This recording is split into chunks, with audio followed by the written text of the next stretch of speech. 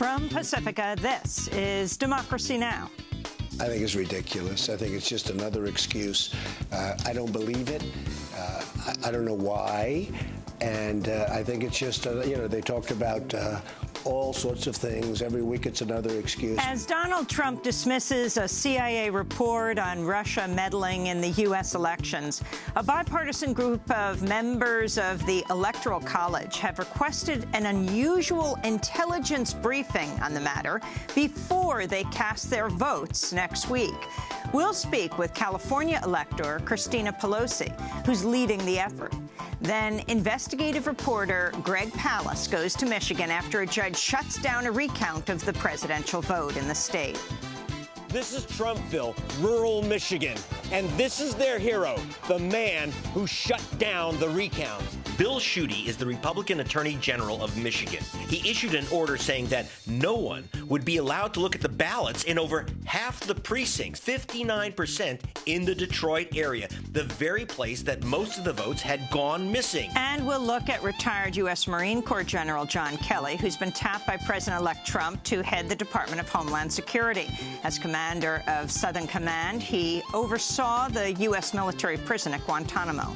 All that and more coming up. Welcome to Democracy Now!, democracynow.org, the War and Peace Report. I'm Amy Goodman. It's official. Donald Trump has chosen the CEO of the world's largest oil company and a man with no political experience for a top cabinet position. This morning, Trump tweeted, "I have chosen one of the truly great business leaders of the world, Rex Tillerson, chairman and CEO of ExxonMobil, to be Secretary of State," unquote. Environmental groups have widely condemned the nomination. Exxon's facing multiple lawsuits over its role in covering up the science behind climate change. Tillerson is also known to have close ties to Russian President Vladimir Putin, who awarded Tillerson the country's Order of Friendship decoration in 2013. Both Senate and Democrats and Republicans have expressed concern and opposition to Tillerson's nomination, which comes only days after President Obama ordered a review of Russia's role influencing the presidential election. The CIA has reportedly already concluded Russia intervened in the election to help Trump win. One of the focuses of the Senate confirmation hearings will be Exxon's $500 billion oil exploration partnership with the Russian government's oil company, Rosneft. Considered the largest oil deal in history, the partnership can only go through if the U.S. lifts sanctions against Russia, which the Obama administration imposed over Russia's intervention in Ukraine. To hear our full interview about Rex Tillerson with 350.org co-founder Bill McKibben, Friends of the Earth President Eric Pica, and President of the Center for International Environmental Law, Carol Muffett, go to democracynow.org. In more news on cabinet picks, Donald Trump has officially asked Goldman Sachs President Gary Cohn to be director of the National Economic Council. Cohn will become the third Goldman Sachs-linked member of Trump's cabinet. Steve Mnuchin, Trump's pick for Treasury Secretary, was a second-generation Goldman Sachs executive. Stephen Bannon, Trump's chief strategist, is also a former Goldman Sachs executive. The Trump transition team also officially announced Monday that retired four-star Marine General John Kelly is Trump's pick for Secretary of Homeland Security. And the New York Times has reported Trump is considering former Hewlett-Packard CEO Carly Fiorina for Director of National Intelligence. Senate Majority Leader Republican Mitch McConnell of Kentucky and House Speaker Republican Paul Ryan of Wisconsin have both announced their support for an investigation into whether Russia intervened in U.S. presidential elections to help Donald Trump win. Chairman of the Intelligence Committee, Republican Richard Burr of North Carolina, and the chair of the Armed Services Committee, Republican Senator John McCain of Arizona, are leading the inquiry. On Monday, White House spokesperson Josh Earnest said the Obama administration also supports the congressional investigation. 10 Electoral College electors, 9 Democrats and 1 Republican, have sent a letter to CIA Director James Clapper demanding an intelligence briefing on Russian efforts to elect Donald Trump before the Electoral College meets December 19th to select the next president. Hillary Clinton's campaign has backed their request. Donald Trump has called the CIA's conclusions of Russian interference ridiculous. We'll have more on the possibility of Russian interference in the election with Democratic elector Christine Pelosi, the lead author of the letter to Intelligence Director James Clapper. In Syria, rebel-held eastern Aleppo is on the brink of falling to the Syrian government. On Monday, Syrian government forces, backed by Russian airstrikes and fighters from other regional allies, including Lebanon's Hezbollah militia, continued to advance on the remaining rebel-held neighborhoods. In government-held sections of Aleppo, some people poured into the streets to celebrate what is expected to be the most decisive battle in the 5-year civil war. Anti-government rebels report Syrian government troops carrying out summary killings during the ongoing offensive. The United Nations says at least 82 civilians, including women and children, have been shot on sight by Syrian government troops in recent days. In more news on Syria, U.S. Defense Secretary Ash Carter has announced the Pentagon will be sending 200 additional U.S. soldiers to fight ISIS militants in Syria. The new troops will join at least 300 U.S. soldiers already fighting in Syria. On Monday, Defense Secretary Carter also visited Israel for a ceremony marking the United States' delivery to Israel of 2 U.S.-built Lockheed Martin F-35 fighter jets, regarded as the most advanced military aircraft in the world. Israel now becomes the only country outside the United States to have operational F-35 fighter jets.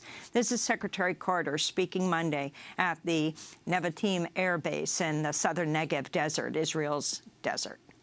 These F-35 stealth fighters are the first of 50 aircraft that will help build the future of the Israeli Air Force. And that's thanks to an historic memorandum of understanding we signed this year, in which the U.S. pledged an unprecedented $38 billion in security assistance over the next decade.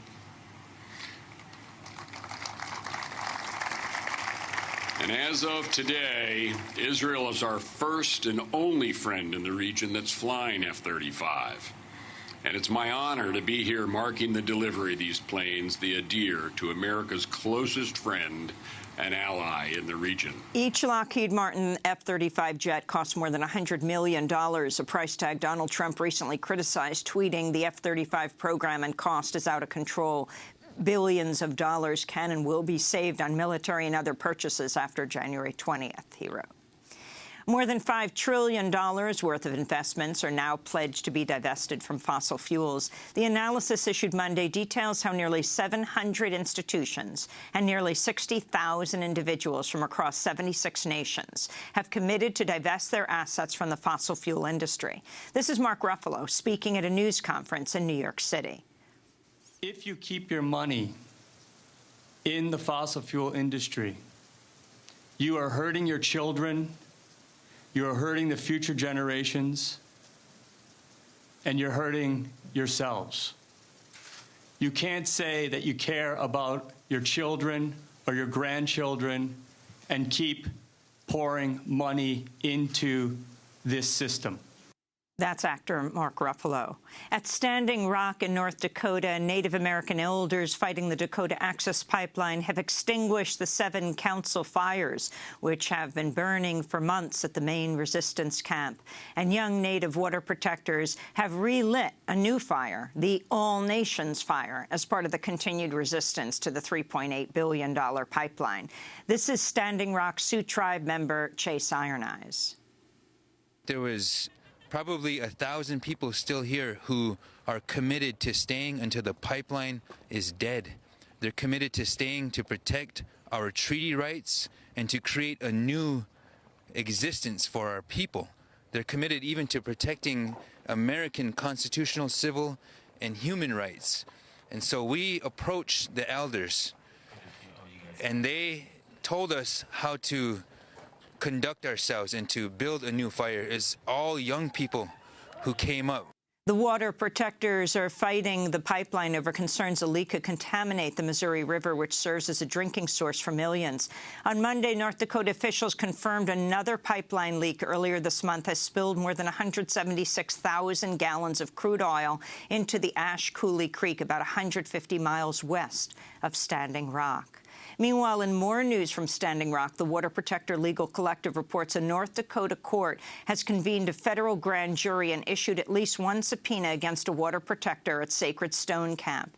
Angela Bibbins of the collective says it appears the grand jury is focused on the injuries of Sophia Wilansky, whose left arm was critically hurt during a November police attack in which she was reportedly hit by a concussion grenade, an account which the police deny. This is attorney Angela Bibbins. In response to the convening of a federal grand jury, the Water Protector Legal Collective has put together a committee of experienced attorneys who can represent water protectors who have been served with a subpoena. If you are a water protector out there who has been served, please contact our hotline at 605-519-8180. The Seattle City Council has voted unanimously to advance to discussion a piece of legislation that would see Seattle break ties with Wells Fargo over its financing of the Dakota Access Pipeline. Wells Fargo currently manages $3 billion worth of depository services for Seattle. The legislation was proposed by Socialist City Councilwoman Kshama Sawant, who spoke about the water protectors at Standing Rock during a City Council meeting Monday. They have withstood blizzards, police repression, and attacks from private militarized security forces. They have been bitten by attack dogs, pepper sprayed, subjected to mass arrests, including for praying. But they have courageously stood strong and shown that when we build organized movements willing to fight, we can win. Elected officials nationwide owe it to the activists to stand with them. One clear way this city council can do that is by divesting the city of Seattle from Wells Fargo, which also happens to be one of the principal financial backers of the Dakota Access Pipeline. That was Seattle City Council member Kshama Sawant. The Minneapolis City Council is also currently studying ways to break financial ties with Wells Fargo and other banks financing the Dakota Access Pipeline and other energy projects. Minneapolis activists locked shut the doors of a new Wells Fargo branch, which was slated to open Monday, demanding the bank divest from the Dakota Access Pipeline. Pipeline protests are spreading across the United States over the weekend. A military veteran was arrested in Live Oak, Florida, amidst a series of protests against the $3.2 billion natural gas pipeline that's slated to run from Alabama through Georgia into Florida. Meanwhile, on Monday, 2 people were arrested after chaining themselves to construction equipment in Arkansas in efforts to stop the construction of the proposed 440-mile Diamond pipeline slated to carry oil from Oklahoma to Arkansas. Land conflicts are growing increasingly deadly worldwide, with triple the number of land rights defenders murdered this year compared to 2015. This according to a new report by Pan Asia Pacific, which details how an average of almost 16 indigenous land defenders, farmers and activists were killed each month from January until November of this year. In Bahrain, an appeals court has upheld a 9-year prison sentence against Bahraini opposition leader Sheikh Ali Salman. He's the Secretary General of a main Bahraini opposition party. His arrest in December of 2015 sparked protests and international condemnation. Bahrain is a close U.S. ally in the Gulf, home to the U.S. Navy's Fifth Fleet. In Brazil, President Michel Temer is facing accusations of soliciting nearly $3 million in illegal campaign contributions in 2014. The revelations come only a day after a poll showed the majority of Brazilians, 63%, want Temer to resign. Michel Temer rose to power earlier this year after the impeachment of Dilma Rousseff in a process she and others have called a coup. Back in the United States, the Supreme Court has denied a request to review the National Football League settlement with former players who say the league intentionally concealed the dangers of concussions. The court's move means players with brain injuries due to concussions will begin receiving settlements of up to $5 million. A New York Times investigation earlier this year revealed the NFL hid more than 100 diagnosed concussions, then published studies based on flawed data. The investigation also exposes how the NFL shared lobbyists, lawyers, and consultants with the tobacco industry. The Free Alabama movement reports incarcerated organizer Kinetic Justice was physically attacked and maced while handcuffed by 2 prison guards at Limestone Correctional Facility in Alabama December 2nd. Justice was a key organizer in the nationwide prison strike this fall. Since then, he says he's faced multiple transfers to different prisons as well as retaliation from prison guards, including being denied water by prison officials at the Kilby Correctional Facility earlier this year. To see our full interview with Kinetic Justice on the nationwide prison strikes, go to democracynow.org. And a new report by the Committee to Protect Journalists reveals at least 257 journalists have been jailed worldwide this year, the most since the committee began record-keeping in 1990. Nearly 1/3 of the journalists are imprisoned by Turkey alone. Since the failed military coup this summer, Turkish authorities have executed a widespread crackdown against the press, particularly against Kurdish newspapers and journalists. On Monday, Turkish authorities also rounded up and arrested as many as 200 members of the pro-Kurdish People's Democratic Party, known as the HDP, after raiding the party's offices in Ankara and Istanbul. And those are some of the stories, headlines. This is Democracy Now!, democracynow.org, The War and Peace Report. I'm Amy Goodman. In less than a week, on December 19th, members of the Electoral College will meet in their respective state capitals to cast ballots to determine who will be the next president. In recent history, the vote of the Electoral College has largely been a formality. But this year, electors in states won by Donald Trump are facing mounting pressure to reject his presidency. Last week, Christopher Suprin of Texas became the first Republican member of the Electoral College to come out saying he will not vote for Trump. He appeared on Democracy Now! This is what the Electoral College is for, is so that we do not elect a demagogue, somebody who cannot practice the foreign policy and national defense of the country appropriately, and one who has played fast and loose with the rules of conflicts of interest. Well, on Monday, Christopher Suprin made headlines again when he joined with 9 Democratic members of the Electoral College to ask the Director of National Intelligence for James Clapper for a briefing before next week on whether Russia interfered with the election to help Trump win. The CIA has concluded Russia intervened to help Trump win, but the agency has not released its findings. Meanwhile, Reuters is reporting the Office of the Director of National Intelligence has yet to endorse the CIA's assessment because of a lack of conclusive evidence that Moscow intended to boost Trump over Hillary Clinton. Trump's rejected the CIA's conclusion, decrying it as ridiculous, but President Obama ordered a review of Russia's role in influencing the presidential election. On Monday, the top Republicans in Congress, Senate Majority Leader Mitch McConnell and House Speaker Paul Ryan, also backed the investigation. Of course, both Republicans. Hillary Clinton's campaign manager, John Podesta, has backed the request by the electors for an intelligence briefing. He said, quote, "The bipartisan electors' letter raises very grave issues involving our national security. Electors have a solemn responsibility under the Constitution, and we support their efforts to have their questions addressed." Well, joining us now from San Francisco is Christine Pelosi, Democratic California elector. She's the lead author of the letter to Intelligence Director James Clapper. Her mother is House Minority Leader Nancy Pelosi. Welcome to Democracy Now! Christine, explain what you are asking for now. Good morning, Amy. I am joining with members of the Electoral College to ask Director Clapper to give us a briefing on the newly discovered evidence that the American people first learned about last week when we read in the paper that the Russians had hacked both Democrats and Republicans, but only chose to do a daily drip, drip, drip of information against Democrats in order to try to swing the election to Trump.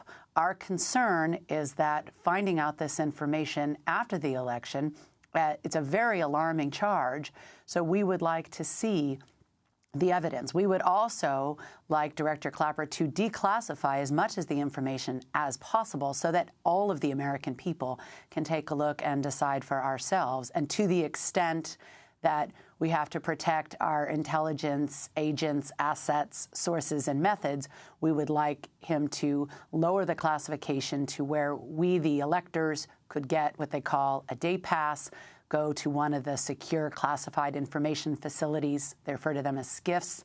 In our communities, they have them at military bases and FBI offices where members of the military and members of Congress can go to receive classified briefings without having to go to Washington. We would like to go to the local secure areas in our communities and receive this information before we perform our constitutional duty on December 19th. And has James Clapper responded?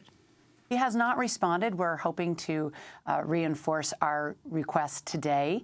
We have, since we released the letter yesterday morning with 10 people, we've heard from thousands of people across the country, including dozens more electors who are interested in what we're doing and who would like to find out more about how they could get some of the information that somebody in the CIA saw fit to share with the media. We would like them to share it with us directly so that, as Alexander Hamilton said, and as the founders had predicted, we can assure that the president was not elected with undue foreign influence. Of course, Donald Trump is denying any Russian involvement in his victory. He tweeted, "Can you imagine if the election results were the opposite and we tried to play the Russia-CIA card? It would be called conspiracy theory." Your response? Well, this was discussed at one of the presidential debates. The role of Russia was long alleged, so this is not necessarily news to Donald Trump, and the fact that he doesn't believe it doesn't make it less true. Unlike him, we would like an intelligence briefing, and we would like to know what the details are. Amy, if you were involved in an election and somebody said, oh, the Russians were the ones that helped Amy win, wouldn't you want the truth to come out to show that you won fair and square? I know I would, and I know he should. Nevertheless, it's our constitutional duty as members of the Electoral College to make an assessment that we had a free and fair election without undue foreign influence, and we'd like to see the data that the CIA has. In July, then Republican presidential nominee Donald Trump called on Russia to hack Hillary Clinton's email. Russia, if you're listening, I hope you're able to find the 30 emails that are missing. I think you will probably be rewarded mightily by our press. At the time, retired Navy Rear Admiral John Hudson said Trump's call to hack Clinton's email was, quote, criminal intent. Christine Pelosi, what do you say? I think it was an outrageous comment for a presidential candidate to make, for any public servant to make, to invite a foreign power to commit espionage. And it wasn't the press who was going to reward Russia mightily. It's actually been Donald Trump rewarding Russia mightily for the work they did do in skewing the election to him. When you look at his appointments, when you look at the closeness to Russia of some of these appointees, most notably his potential Secretary of State, former head of ExxonMobil, these are deeply concerning allegations. And again, the role of the intelligence community is to collect the information and give it to government officials to make important decisions. Well, we, members of the Electoral College, are about to make the most important decision for our country, the election, the formal election of a president, and we need to get that information. It's not just the public statements of Donald Trump, it's whatever private actions may have occurred that the CIA may have unearthed. Last week, Democracy Now! Interviewed Christopher Suprin, a Republican presidential elector. He explained why he won't be casting his vote for Donald Trump. I intended to support the nominee, but unfortunately, Mr. Trump has proven again and again he is not qualified for the office. He is a complete demagogue, as we've seen for the past 18 months, up till last night, where he picked on a steel worker who had to say something about his jobs plan for Carrier. That's a scary thought. When you're a simple steel worker, union boss there at a factory in Indiana, you question the president, and he comes after you 30 minutes later. I'm not sure what the president's going to do when North Korea says something even worse about him in international relations, which brings up the second reason why he's not qualified. 50 of my Republican colleagues who are national security and foreign policy experts said Mr. Trump would be a danger if he were president. And we've already seen that, where he has exacerbated situations in Taiwan and China with his change on the one China policy, or what appears to be a change. And then beyond that, part of the issue with Taiwan was it appeared to be a sales call. Mr. Trump cannot profit off the office of the president. It's expressly forbidden by the Emoluments Clause. And it appears every time he calls another country, it's to sell a Trump property. So that's Christopher Suprin, who is a Republican elector from Texas, who says he will not be voting for Donald Trump. And he joined your letter, Christine Pelosi, as the one Republican with 9 Democrats calling for this briefing. Are there other Republicans who have gotten in touch with you, either to join you on the letter or to say they're not voting for Donald Trump, other electors? Yes, I've heard from Democratic and Republican electors since we put the letter out. Some of them are interested in joining the letter. Others, having seen the politics of personal destruction directed at me, directed at Mr. Suprin, directed at others, have said, look, I support what you're doing. I don't want to expose myself to that kind of social media attack, but I know that you have my support, and I absolutely want to find out if there is a possibility of getting that information at a local briefing at FBI office or military base. Stay in touch. So I'm very cognizant as a Pelosi what it's like when you put yourself out there in the public sphere and the kinds of personal attacks that come with it. A lot of my fellow and sister electors are not. They're living lives of quiet public service, and I'm not asking for all of them to sign on to the kind of treatment that I'm getting, that I take as part of the price of leadership. But I am heartened by their support and by their communications that indicate that, yes, can you say, Director Clapper to receive our request and respond to our request by declassifying the information for the public and for lowering the classification to give us a day pass. There will be electors, both Democratic and Republican, who will be ready to receive and review that information. How many Republicans have gotten in touch with you? What's that? How many Republicans have gotten in touch with you, Republican electors? 3 directly, and then others saying that they have talked to more of them. So I'm not quite sure what those numbers actually look like in terms of how many people the other people say they've spoken to and reflect. But the basic message was, you've got bipartisan support for this, and others may be making their own statements soon. They've also seen, again, what's happening to Mr. Suprin, and they've said, you know, look, if Clapper's not going to do this, if we're going to be denied this information, I don't want to step out there and be completely attacked by my own party by asking for something I didn't ultimately get. So I don't mind taking the lead and doing that. I think it's very interesting, though, that there are Republicans who want to make sure that, though they are presumably there to support their party's nominee, they want to make sure the party's nominee, the victor, has won fair and square, because that's their integrity, too. That's their oath that they'll take as an elector to make sure that they've discharged their constitutional duty. So we take this very seriously. And our goal right now is to get as much of that information out to the public as possible. How did you become an elector in the Electoral College, Christine? Well, as you know, there are different rules for different states. In California, we get appointed by our local members of Congress and by our senators. And I chair the California Democratic Party Women's Caucus, and I was thoroughly convinced that this would be my opportunity to cast a vote for the first woman president of the United States. So I petitioned my congresswoman and said, you know, I've never asked to be an elector. This is a wonderful honor, but I would like to have this opportunity. So I asked, and I was appointed. So you're representing California, which voted for Hillary Clinton. So why would this make a difference to you, this briefing?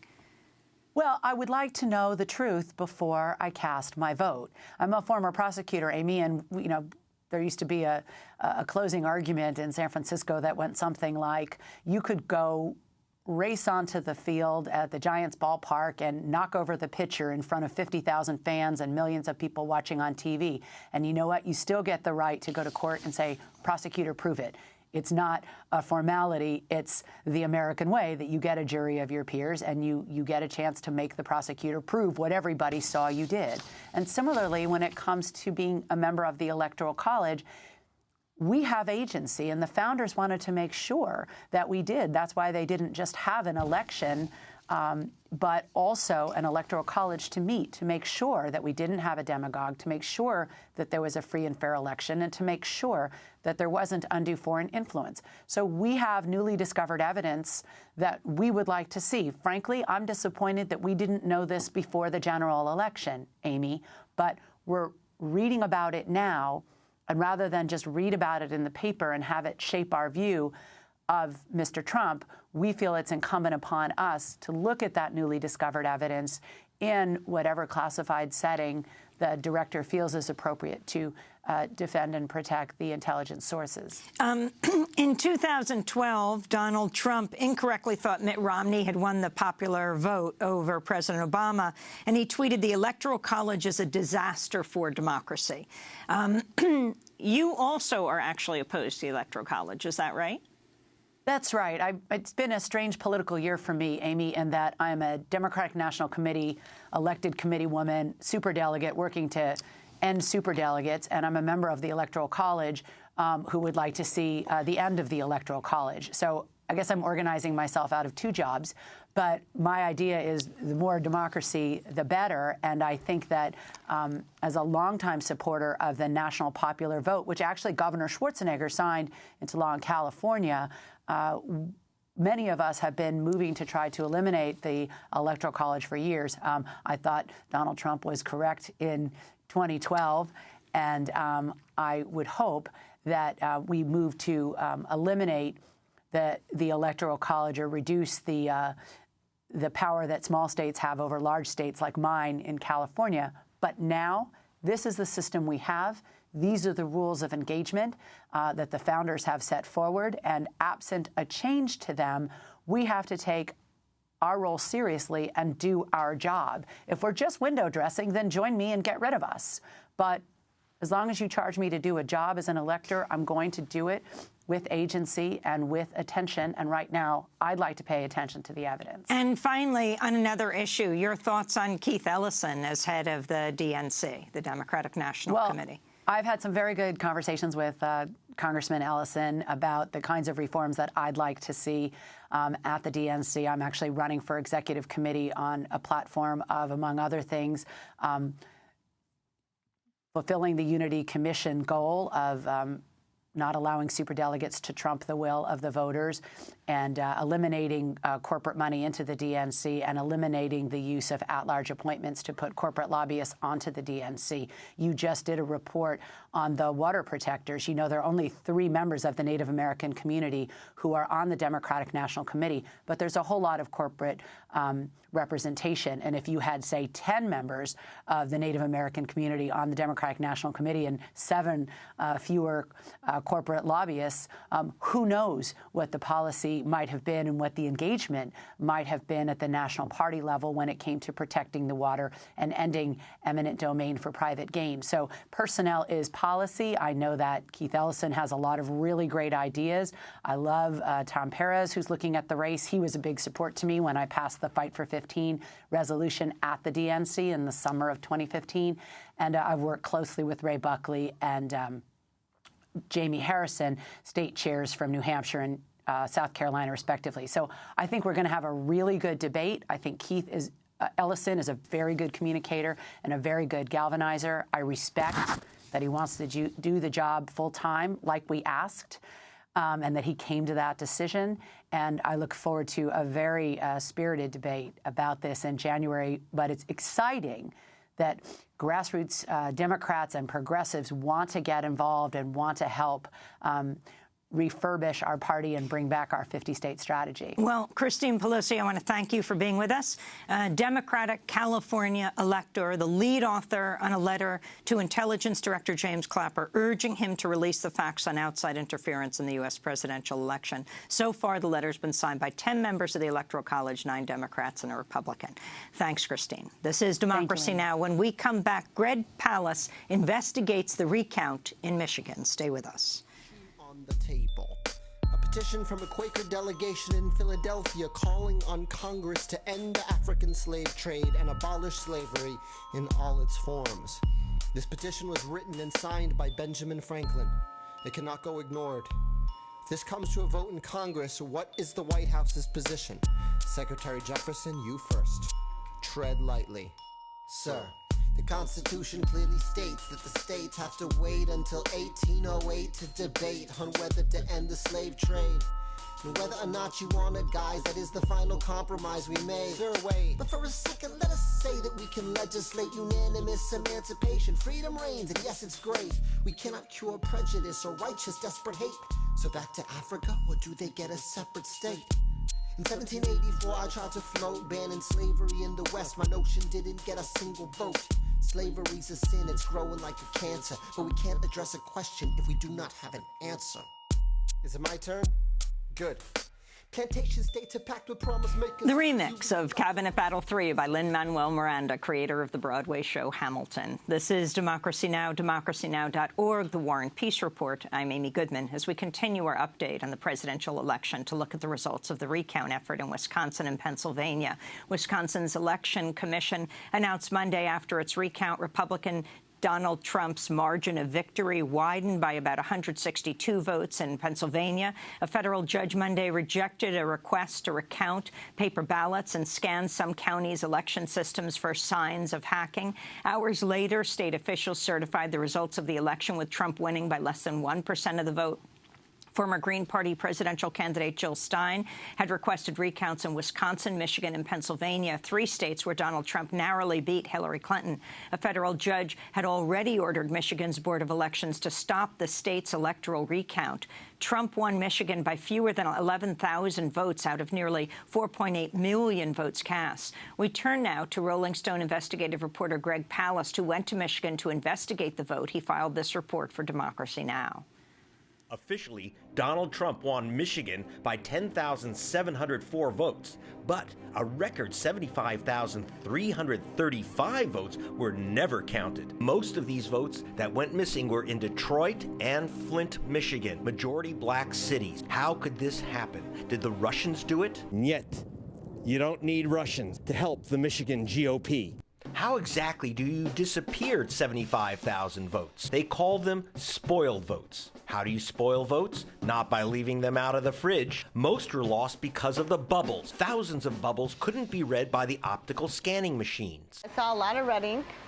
I saw a lot of check marks. Sue is a systems analyst who took part in the recount.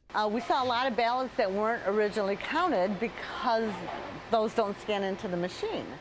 The machines in Michigan and Wisconsin can't read these bubbles, but a much better machine, the human eyeball, can easily read what the voter intended. Both Michigan and Wisconsin, you have to pay the state millions of dollars to have humans read the ballots. This woman, Jill Stein, raised the money for the human count of these uncounted ballots. According to Stein, this human review was finding a whole lot of votes that were blank, many of which were in communities of color that are historically Democratic. So obviously this was a concern for him. Enough votes that Mr. Trump would lose. So then a GOP politician came to Mr. Trump's rescue. This is Trumpville, rural Michigan, and this is their hero, the man who shut down the recount. Bill Schuette is the Republican Attorney General of Michigan. He issued an order saying that no one would be allowed to look at the ballots in over half the precincts, 59% in the Detroit area, the very place that most of the votes had gone missing. And it's shocking to think that the discounting of these votes may be actually making the critical difference in the outcome of the election. We went to speak with the Secretary of State, whose spokesman said the missing votes in Detroit were simply people who waited in line but didn't want to vote for president. I think when you look at the unfavorability ratings that were reported for both major party candidates, it's probably not that surprising. Back in Detroit, there was another explanation. Some of the votes missing resulted when 87 machines responsible for counting thousands of ballots broke down. Carlos Garcia is a media specialist at Michigan State University. He witnessed the breakdown. The start of polling at 7 a.m., the machine didn't work. And at 9:15 a.m. they brought in a replacement, and it was replaced by 9:30. The people that didn't wait, their ballots were in the bottom in the ballot box. But they weren't scanned. And so at the time when they started having anyone who was waiting scanned their ballots, those ballots were not taken out of the machine. So any new scanned ballots were falling in on top of the old ones. They weren't counted. Activist Anita Bell. Only 50 ballots in the ballot box. Hot mess. Hot mess. How did Detroit end up in a hot mess with these ballot-destroying machines? Republican state officials took direct control of the government spending in Flint and Detroit. Result, Flint's water was poisoned, and the voting system of Detroit was poisoned as well. Whereas if you're voting in a wealthy white suburban precinct, no sweat. Your vote will be validated. You can have assurance and confidence in your vote. But if you're African American, these questions cannot be asked. And then there are voters who never got to vote in the first place. Whether it's because of the chaos, some polling centers are closed and then some are moved, and there's all kinds of mix-ups. So a lot of people are filling out provisional ballots in the first place, or they were being tossed off the voter rolls by interstate cross-check. Crosscheck is a list that was created by Donald Trump's operative, Chris Kobach, to hunt down and imprison voters who illegally voted or registered in 2 states in one election. Michigan participates in the interstate crosscheck like a number of other states. So we do match voters who may be registered in another state. Do you know how many names are on it? There's a lot of names. There's a lot of names. Yeah, I'd say there's a lot of names. Here's Michigan. 499,092 Michiganders are on this suspect list. Mm-hmm. Is this to eliminate fraud, or is this to eliminate voters? It's to clean our voter lists and ensure that there's no vulnerability for fraud. So do you believe that there's fraud in Michigan? Well, we've been very aggressive in closing vulnerabilities and loopholes. Well, I see the aggression here. Michael Bernard Brown is supposed to be the same voter as Michael Anthony Brown. Then Michael Timothy Brown supposed to be the same voter as Michael Johnny Brown. And you're correct that, I'm sure that there are some false positives that show to us, but we go through it thoroughly, and we're not just canceling people. Statistical experts who have looked at this list say it's heavily overweighted against minorities because it's just basically a list of common names. I'm not familiar with that. Michael Brown, Jose Garcia. Could you imagine that would be a problem in terms of... I did not know Brown was identified with one race. Brown was a common name in America, and it's a very common name. It's a very common black name in America, yes. I've known a lot of white Browns. Donald Trump promotes Chris Kobach and Michigan's cross-check crusade. Stein doesn't buy it. If he thinks that Michael Lewis Brown is the same person as Michael James Brown, he's confused. And the American people should not be duped into believing him for a minute. It's the opposite of what he is saying. Not people who are voting fraudulently and illegally, but actually legitimate voters who've had their right to vote taken away from them by Chris Kobach and by Donald Trump. And there is no legitimacy to his claim that there are fraudulent voters that have distorted the outcome of this election. It is a Jim Crow system, and it all needs to be fixed. It's not rocket science. This is just plain basic democracy, and I think the people of Detroit are so inspired and principled and passionate. They really are a model for this struggle around the nation. And so the recount slogged through, uncovering missing votes and missing voters that could change the presidency. So Republicans rushed in to shut down the recount completely. Wisconsin, Pennsylvania, here in Michigan. We may be way north of the Mason-Dixon line, but the elections are still run by Jim Crow. For Democracy Now!, this is Greg Palast. And joining us from Washington, D.C., is Rolling Stone reporter Greg Palast, his new film, The Best Democracy Money Can Buy. So, Greg, what most surprised you in this latest research in Michigan? Well, people are looking for Russians, but what we had is a real Jim Crow election. Trump, for example, in Michigan, won by less than 11,000 votes. It looks like we had about 55,000 voters, mostly minorities, removed by this racist system called cross-check. In addition, you had a stoppage, even before the courts ordered the complete stop of the vote in Michigan. you had the Republican state officials completely sabotage the recount. They said in Detroit, where there were 75,335 supposedly blank ballots for president, 75,000, they said you can't count 59% of the precincts where most of the votes were missing. There were 87 machines in Detroit that didn't function. They were supposed to count about 1,000 ballots each. You're talking about a massive blockade of the black vote in Detroit and Flint, enough votes undoubtedly to overturn that election. And you saw a mirror of this in Wisconsin, where, for example, there were many votes, thousands of votes lost in the Milwaukee area, another African-American heavy area. And there, instead of allowing that eyeball count of the votes that are supposedly blank, they said, oh, we'll just run them back through the machines. It's like betting on an instant replay. It's the same game. They just put them through the bad machines again. This is not just bad way to count the ballots. It's a way to not count African-American ballots. And I want to emphasize that, Amy, which is that when we use the term recount, we're actually talking about ballots that were never counted in the first place. Way over 75,000 in Michigan. There are enough ballots uncounted that if you looked at them with the human eye, because the machines, these are terrible machines which can't read your little bubble marks next to the candidate's name on the piece of paper, if the human eye looks at these things, it's easy to tell that someone voted for a presidential candidate. A lot of the machines said that they voted for two candidates. Not many people do that. The human eye could do that. But the question is, where are these ballots not counted? They are not counted in African-American areas, in Dearborn, where there's a heavy Arab American community, in Latino communities. So while we're discussing hacking the machines, a lot of this was old-fashioned Jim Crow tactics, from way back. And by the way, a lot of this is the result of the destruction and the gutting of the 1965 Voting Rights Act, which this is the first election post the Voting Rights Act. So we saw, and Jill Stein said it correct, she expected to see a lot of hacking. What she found was, as she said, a Jim Crow election. Finally, we just have a minute, but what do you think needs to happen now? Well, we need to have kind of standing rocks for voting.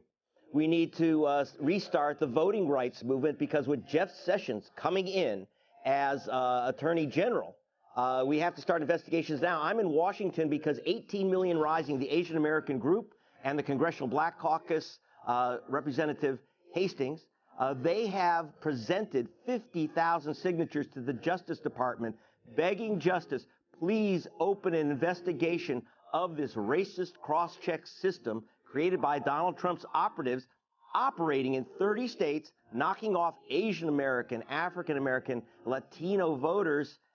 Please open the investigation now before it becomes a new Justice Department, or maybe it's an injustice department.